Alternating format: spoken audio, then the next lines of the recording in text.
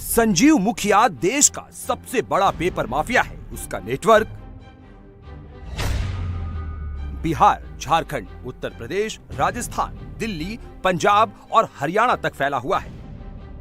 संजीव मुखिया का नेटवर्क कैसे पेपर लीक कराता है, ये जानकर सीबीआई भी हैरान है। सबसे पहले प्रिंटिंग प्रेस के कर्मचारियों से सेटिंग की जाती है। अगर वहां से नहीं निकाल पाए तो पेपर पहुंचाने वाली कुरियर कंपनी को ये गिरोह अपने साथ मिलाता है। इसके बाद बैंक में भी कर्मचारियों को मिलाकर पेपर लीक कराने के कई सबूत एजेंसियों को मिले हैं। सेंटर से भी पेपर लीक कराने में संजीव मुखिया गिरोह उस्ताद माना जाता है। संजीव मुखिया कितना शातिर है, उसका अंदाजा इस बात से लगा सकते हैं कि 2010 में उसने ब्लूटूथ से ही कैंडिडेट को पेपर सॉल्व कराया था। 2016 में बिहार सिपाही भर्ती लीक मामले में संजीव का नाम आया। बिहार शिक्षक भर्ती परीक्षा के पेपर लीक मामले में भी संजीव आरोपी है। फरवरी 2024 में हुए यूपी पुलिस भर्ती पेपर लीक में भी संजीव का नाम आ रहा है। पेपर लीक से जुड़े मामलों में संजीव पहले 2 बार गिरफ्तार भी हो चुका है। संजीव मुखिया के गिरोह में काम कर चुके पेपर माफिया रवि अत्री ने पूछताछ में बड़ा खुलासा किया है।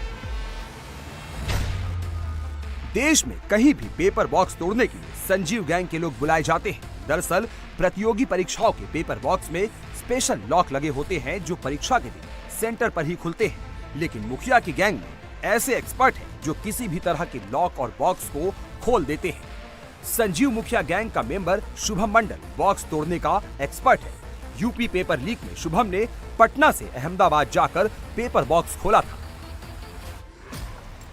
संजीव मुखिया को पेपर माफिया बनाने में नालंदा के रंजीत डॉन का बड़ा हाथ माना जाता है। संजीव मुखिया सबसे पहले रंजीत डॉन के पेपर लीक गैंग से जुड़ा। रंजीत डॉन ने 2003 में कैट का पेपर लीक करवाया था। बाद में रंजीत से अलग होकर संजीव ने अपना नेटवर्क बनाया। अपने एजेंट के जरिए संजीव नालंदा से पूरे रैकेट को ऑपरेट करता है। संजीव मुखिया का कनेक्शन पेपर लीक के अंतरराज्यीय गिरोह से है। यूपी कांस्टेबल भर्ती पेपर लीक का आरोपी रवि अत्री संजीव से जुड़ा है। मेरठ जेल में बंद रवि अत्री संजीव के बेटे शिव कुमार का बैचमेट रहा है।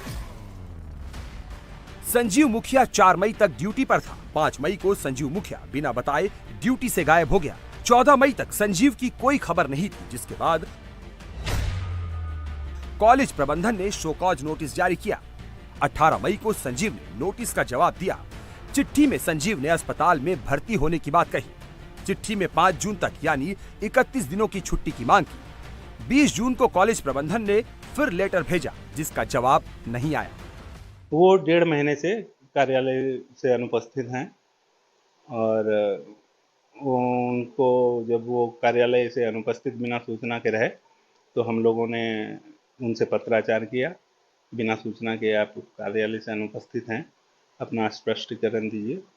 तो वो एक एप्लीकेशन भिजवाए कि मेरा तबीयत बहुत ख़राब हो गया है, हम चिकित्सारत हैं और मुझे 1 महीने का छुट्टी दिया जाए। कॉलेज के संज्ञान में नहीं था कि वो इस तरह के गतिविधि में संलग्न हैं।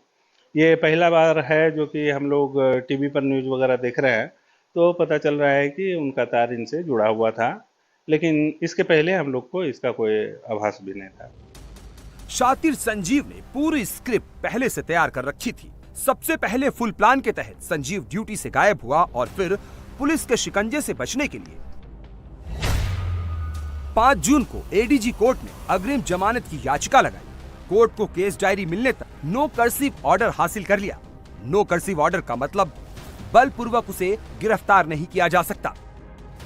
मतलब नीट पेपर लीक के मुखिया ने पेपर लीक से पहले और उसके बाद की पूरी तैयारी कर ली थी।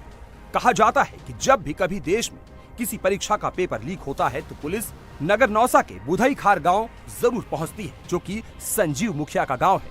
संजीव के बारे में जानने के लिए इंडिया टीवी की टीम भी उसके गांव पहुंची और उसके माता पिता से बात की।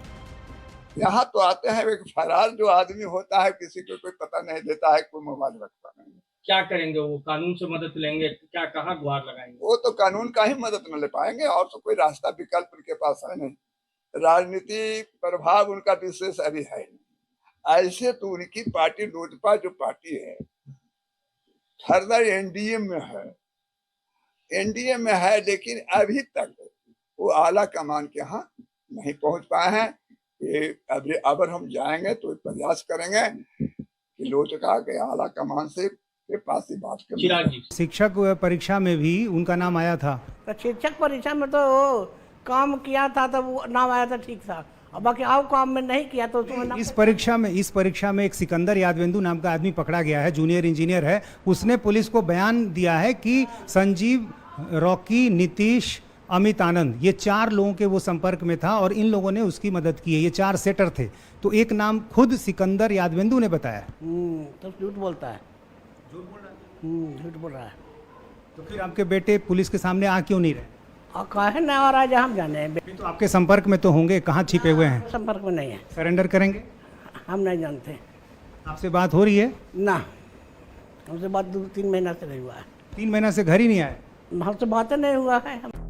देश को भले अब पता चला हो, लेकिन संजीव मुखिया के गांव वाले कई सालों से जानते हैं कि वो और उसका डॉक्टर बेटा शिव कुमार पेपर लीक के गोरख धंधे में शामिल है। संजीव मुखिया को आप जानते होंगे, पुलिस ढूंढ रही है उनको। हाँ, तो अभी नहीं पकड़ाया है। नहीं, अभी पकड़े नहीं गए, फरार चल रहे हैं। गांव में देखा आपने? ना, गांव में तो भागल है यहाँ से। और उसका बाप जनक महतो गया है, उसका पैरवी कर रहा है। पटने में उसका मकान है। देखिए, कृषि विभाग में नौकरी करते हैं। नौकरी करता का तो नूरसराय में, तो कौची नौकरी करेगा? वो तो दिन भर यही सब काम में रहता है, नंबर 2 वाला रोजगार में। तो इसलिए नौकरी चौकरी कुछ न करता, खाली नाम है।